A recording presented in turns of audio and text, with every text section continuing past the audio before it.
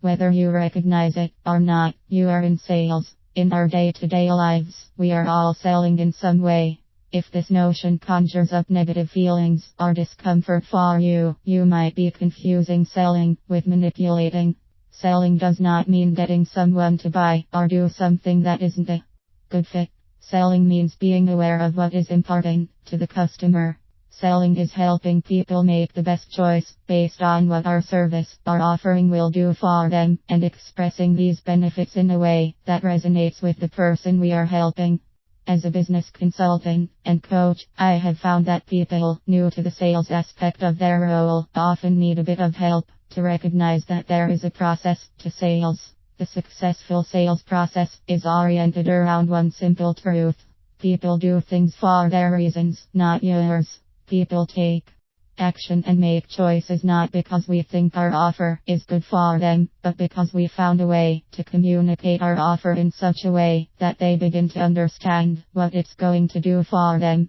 What motivates a person to buy my good or service? When deciding whether to buy a solution to a problem, decision makers evaluate the situation from either the aspect of what it will do for the business or what it will do for them personally. I have found that small/medium business owners and independent professionals primarily make purchase decisions based on what it will do for them personally. Their personal motivations fall into one of 6 key areas. 1. Achievement. Creating a result. Achieving a non-financial or financial goal for its own sake. 2. Recognition. Often hiding underneath the need to achieve. A desire to demonstrate that among peers, she/he is operating at a certain level of performance. 3. Personal pleasure. The desire for a higher level of life satisfaction.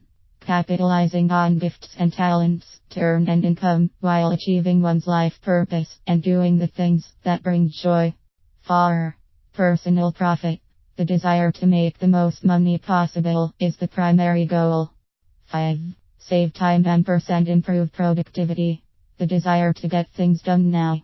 Looking for ways to improve efficiency and productivity for the purpose of reducing operations costs. 6. Security. Often influenced by the individual's life experiences. The desire to remove uncertainty and risk.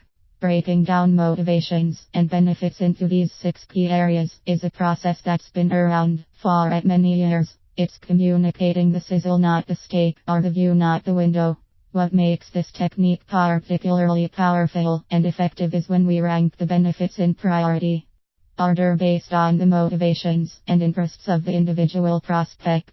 We must understand the key benefits that will work for the individual and bring them to the forefront of our conversation. How do I find out what really motivates and interests my prospect? The most simple and natural way to find out how you can best help someone is to develop a genuine curiosity about him or her. Be interested in them and ask them about what is happening in their lives, their struggles, their successes, and their hopes for the future. Then actively listen to their input. Many people think they need to go into a meeting prepared to pitch when they really need to prepare to listen. In fact, the opposite is true. A fruitful needs assessment meeting typically consists of 85% listening and 15% presenting. For more information on selling genuinely and effectively, I encourage you to read Action Selling by Dwayne Sparks. Action Selling is one of the best little easy to read sales books I have found. It effectively addresses how the sales function works in a way that everyone can understand and begin applying immediately. Now it's your turn. What is your attitude about selling? How would shifting your paradigm of sales from manipulation to providing service and problem solving energize your own sales efforts? How would prioritizing the benefits of your offering to be in tune with your prospects' interests yield better results for you?